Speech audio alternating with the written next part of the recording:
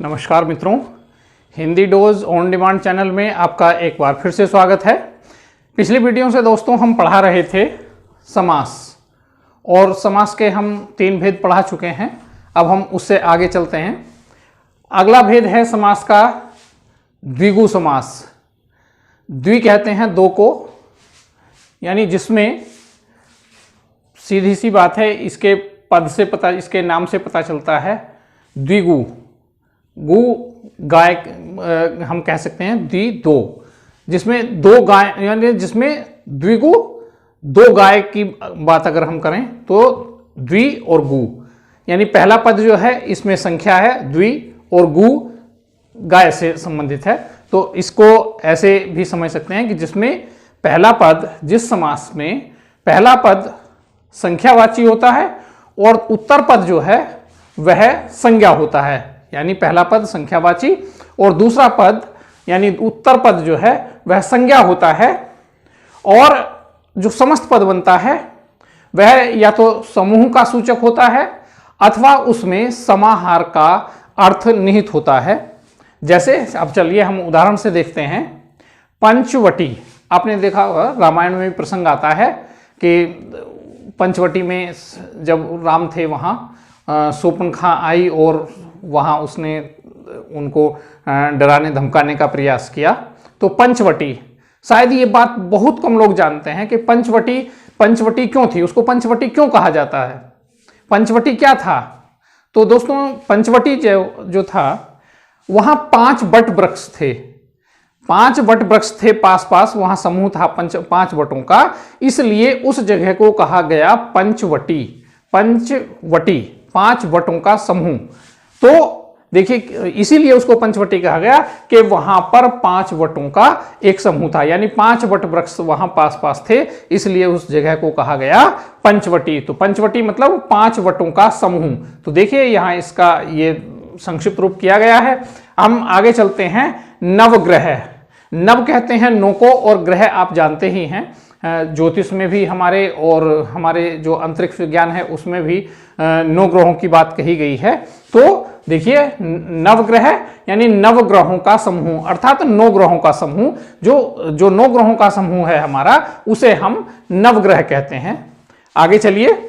सप्तर्षि, आसमान में, आकाश में आपने देखा होगा रात में ध्रुव तारे, जिस तरफ ध्रुव तारा होता है उसी तरह, उसी साइड जो है उसी तरफ आकाश में सप्तर्षियों का समूह होता है, सप्तारों का समूह होता है।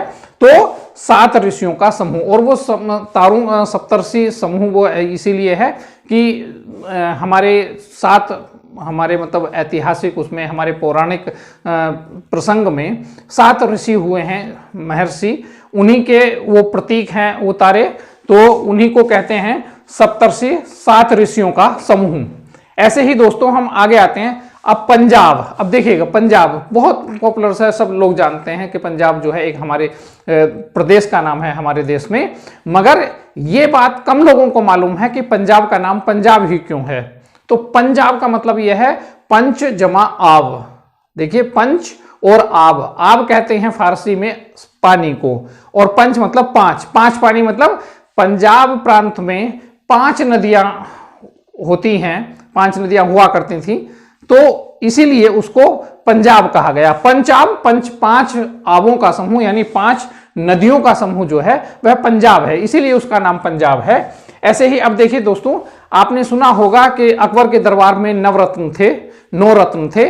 नवरत्न का मतलब यह है, नव माने 9 और रत्न माने रत्न, आप जानते ही हैं कि 9 रत्नों का समूह। अब वो रत्न कौन थे, जो उसमें जिसमें एक बीरबल थे, तानसेन थे, ऐसे करके 9 रत्न जो थे वो 9 लोग थे जो अपने अपने क्षेत्र के प्रतिष्ठित व्यक्ति थे, बहुत प्रसिद्ध व्यक्ति थे, विद्वान व्यक्ति थे अपने अपने क्षेत्र में, जिनको रत्न की संज्ञा दी गई। तो इसीलिए नवरत्न मतलब 9 रत्नों का समूह, नवरत्न 9 रत्नों का समूह। अब देखिए बहुत पॉपुलर शब्द है, बहुत प्रयोग होता है, शताब्दी।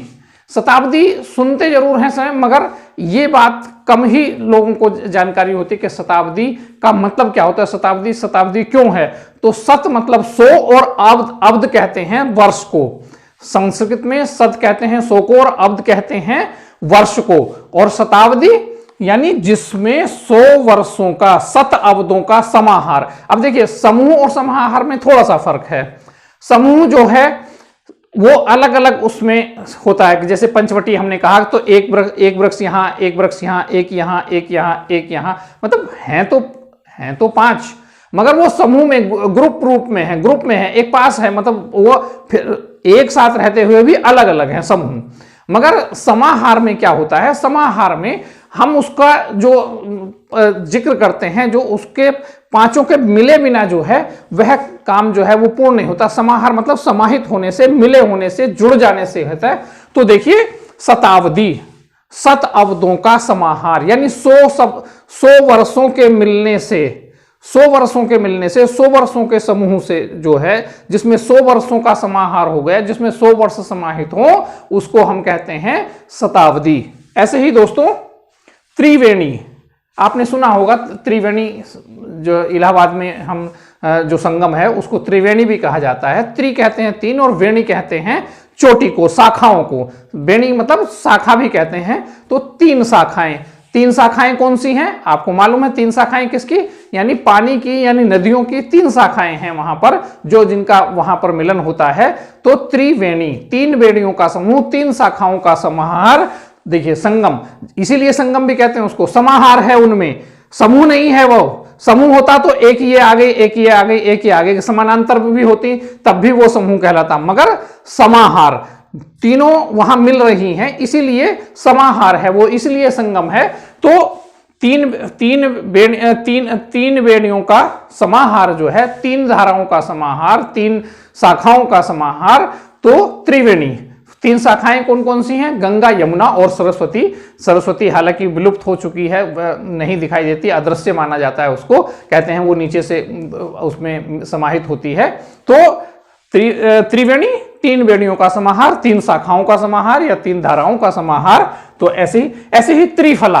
अब देखिए 3 फल अलग अलग रखे हैं, 3 फल अलग अलग रखे हैं, तो वो त्रिफला नहीं है। त्रिफला कब है? त्रिफला तभी है जब उनका समाहार हो जाता है, जब उनको मिला दिया जाता है, नहीं तो वो 3 फलों का समूह है। तो समूह और समाहार में यही फर्क है। तो त्रिफला क्या है? जब 3 फलों को मिला दिया जाता है, जो उसका जो मिक्सअप है, जो मिश्रण है, वही समाहार है। तो त्रिफला 3 फलों का समाहार। 3 फलों के समाहार में क्या है? आंवला, हरितिकी और विभीतिकी। ये मतलब आम्ल की, विभीत की और हरित की, जिसे हम साधारण भाषा में कहते हैं आंवला, हरड़ और बहड़। तो ये हो गया त्रिफला। ऐसे ही तिरंगा, तिरंगा, त्रि मतलब तिरंगा, ती मतलब 3 और रंगा मतलब रंग का, 3 रंगों का जिसमें समाहार है। 3 रंगों का समाहार किसमें है? हमारे राष्ट्रध्वज में 3 रंगों का समाहार है, तो इसलिए उसे तिरंगा भी कहते हैं। और किसी भी चीज जिसमें 3 रंग हो उसे तिरंगा कहा जाता है, कहीं भी आप देखेंगे उसमें तिरंगा कह देते हैं। तो तिरंगा 3 रंगों का समाहार है, जहां पर वह तिरंगा है। दोपहर, दोपहर, अब देखिए समय का समय है, मगर लोगों को ये बात कम जानकारी होती है कि दोपहर, दोपहरी क्यों है, उसे कुछ और क्यों नहीं कह देते। तो देखिए हमारा जो 24 घंटे का जो समय है, जो दिन का समय है, वह 8 पहरों में विभाजित है। 4 पहर में दिन होता है और 4 पहर में रात होती है। 4 पहर में दिन होता है, 4 पहर में रात होती है। तो 2 पहर जो है वो 2 पहरों का समूह है, यानी 3 चौक 12, 3 घंटे का एक पहर होता है। 3 घंटे का एक पहर होता है। तो दोपहर जो है, दोपहर मतलब 2 पहर बीत चुके होते हैं, 2 पहरों का समाहार हो जाता है वहां। 2 उससे आगे आने वाले होते हैं और 2 बीत चुके होते हैं। जो मिड टाइम है, जो बीच वाला समय है, वह दोपहर कहलाता है। तो इसलिए 2 पहरों का समाहार है, तो उसको कहते हैं दोपहर। दिन में यानी 2 पहर जब बीत चुके होते हैं और 2 पहर आगे आने वाले होते हैं, 3 घंटे यानी 6 घंटे का दिन बीत चुका होता है, 6 घंटे आगे बाकी होता है, तो उसे कहते हैं दोपहर, यानी 2 पहरों का समाहार। ऐसे ही देखिए दोस्तों चतुर्भुज, चतुर कहते हैं 4 को और भुज कहते हैं भुजाएं, शाखाएं। भुजा कह लें, हाथ कह लें, बाजू कह लें, शाखाएं कह लें। तो चतुर्भुज, चतुर्भुज 4 भुजाओं का समाहार। अब देखिए 4 भुजाएं कैसे भी हो सकती हैं कहीं भी, मगर जब तक वो आपस में जुड़े नहीं होंगे, जब तक उनका समाहार नहीं होगा, तब तक वो चतुर्भुज नहीं कहलाएगा। इसलिए समाहार होने पर, समाहार ही चतुर्भुज, चार भुजाओं का समाहार जो है वह चतुर्भुज। ऐसे ही चौमासा, चौ कहते हैं चार और मासा कहते हैं मास का, मास महीना। तो आपने देखा होगा हमारे यहाँ मुख्य रूप से 3 ऋतुएं होती हैं और एक एक ऋतु के जो है, चूंकि 12 महीने होते हैं तो एक ऋतु जो है वो 4 महीने की मानी जाती है। तो जो बरसात का समय है, जिसे हम चौमासा, बरसात के 4 महीनों को हमारी जो ग्राम्य भाषा है उसमें चौमासा कहा गया है। चौमासा यानी 4 मासों का ऐसा समूह, ऐसा समाहार 4 मासों का, जिसमें बरसात इतनी होती है कि आदमी एक ही स्थान पर बंद कर रह जाता है। सारे में रास्ते, चूंकि जिस समय ये चौमासा की मतलब अवधारणा आई थी तो उस समय क्या होता था, पक्की सड़कें नहीं हुआ करती थी, नदियों पर पुल नहीं हुआ करते थे। इस तरह से यातायात के आगमन में बरसात में जो है बड़ी बाधा हुआ करती थी। नदियों में बाढ़ें आ जाती थी, रास्तों में, चूंकि रास्ते कच्चे हुआ करते थे, रास्तों में कीचड़ हो जाती थी। तो ना तो उन 4 महीनों में कोई यात्रा होती थी, ना कोई तीर्थ यात्रा होती थी, ना कोई लड़ाई होती थी।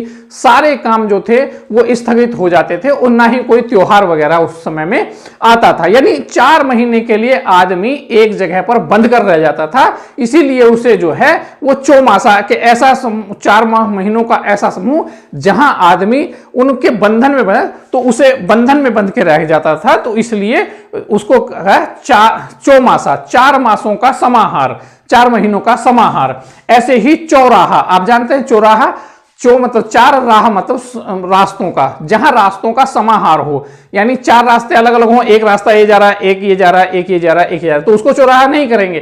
क्यों? क्योंकि वो समाहार नहीं है। समाहार कब होगा? जब चारों रास्ते एक दूसरे से मिल जाएंगे। एक ऐसे आया, एक इधर से आया, एक इधर से आया, एक इधर से आया, एक इधर से आया, तभी जब समाहार होगा तभी हम उसे कहेंगे चौराहा। तो चौराहा 4 राहों का समाहार। आगे देखिए, हम देखते हैं पंचभुज। जैसे चतुर्भुज था ठीक वैसे ही पंचभुज है। पंचभुज मतलब, पंच मतलब 5 और भुज मतलब भुजाएं या बाहुएं, भुजाएं या शाखाएं। तो 4 भुजाओं का जो समाहार, 5 भुजाओं का जो समाहार है वह कहलाता है पंचभुज। ऐसे ही हम देखिए आगे चलते हैं, शाण मातुर। शाण, सट कहते हैं 6 को, मातुर कहते हैं माताओं को, संतान। 5 माताओं की, मातुर मतलब माताओं, 6 माताओं की संतान, उसे कहते हैं शाण मातुर। ऐसे ही पंचगु, पंच कहते हैं 5 और गु कहते हैं गायों को। जो 5 गायों का समूह है उसे कहते हैं पंचगु। 5 गायों के समूह को पंचगु।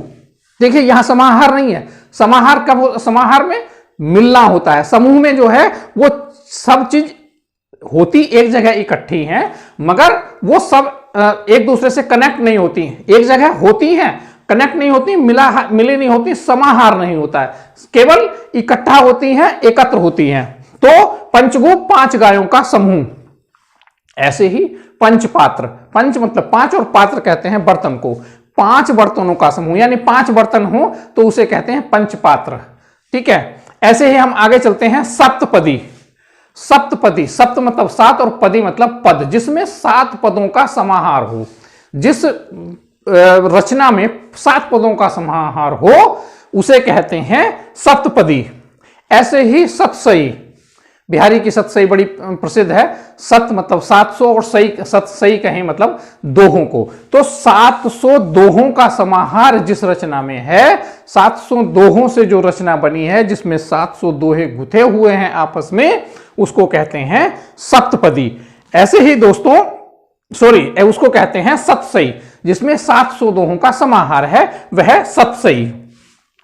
ऐसे ही दोस्तों अष्टाध्यायी, अष्ट मतलब 8 और अध्यायी मतलब अध्यायों वाली रचना।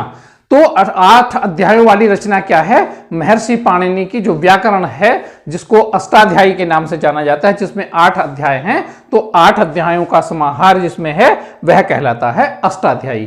तो इसी तरह से दोस्तों देखिए, आपने अभी देखा सारे जितने हमने अभी तक उदाहरण देखे, सब में पहला पद जो है वह संख्यावाची है और उत्तर पद जो है वो संज्ञा है। और ये भी आप देख चुके हैं कि उसका जब हम विग्रह करते हैं तो वह समूह के रूप में होता है या समाहारवाची शब्द के रूप में वह समस्त पद हमें प्राप्त होता है। ऐसे ही दोस्तों द्विगु के बाद जो हमारा अगला समास आता है वह समास होता है द्वंद्व समास। द्वंद्व समास में क्या होता है दोस्तों जिसमें दोनों पद प्रधान होते हैं। जितनी जो वैल्यू पहले पद की है वही जो स्थिति है दूसरे पद की है। दोनों पद एक समान स्थिति पर होते हैं और दोनों पदों के जब हम उनका विग्रह करते हैं तो यानी जो समस्त पद बनता है तो उन समस्त पदों में समस्त पदों के बीच जो समस्त पद हैं उसके जो अलग अलग पद हैं उनके बीच से और अथवा या इन तीन जो संयोजक शब्द हैं एक तरह से इनका लोप होकर जो है वो समस्त पद बनता है। यानी द्वंद्व समास में दोनों पद प्रधान होते हैं और दोनों पदों के मध्य में और अथवा या शब्द जो है वो लगे होते हैं जिनका लोप करके समस्त पद जो है वो बनाया जाता है। देख लेते हैं दोस्तों कैसे, उदाहरण से आप समझ जाएंगे अच्छी तरह से। देखिए माता पिता, माता और पिता, माता पिता, माता और पिता। और एक और पहचान है देखिए इसमें जो द्वंद्व समास होता है, द्वंद्व समास में जो दोनों पद हैं प्राय है दोनों के बीच में योजक चिन्ह लगा होता है।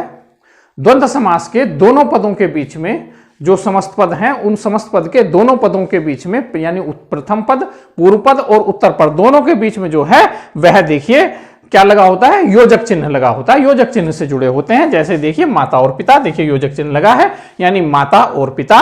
ऐसे ही हम देखिए कहते हैं रात और दिन, मतलब रात दिन, रात और दिन।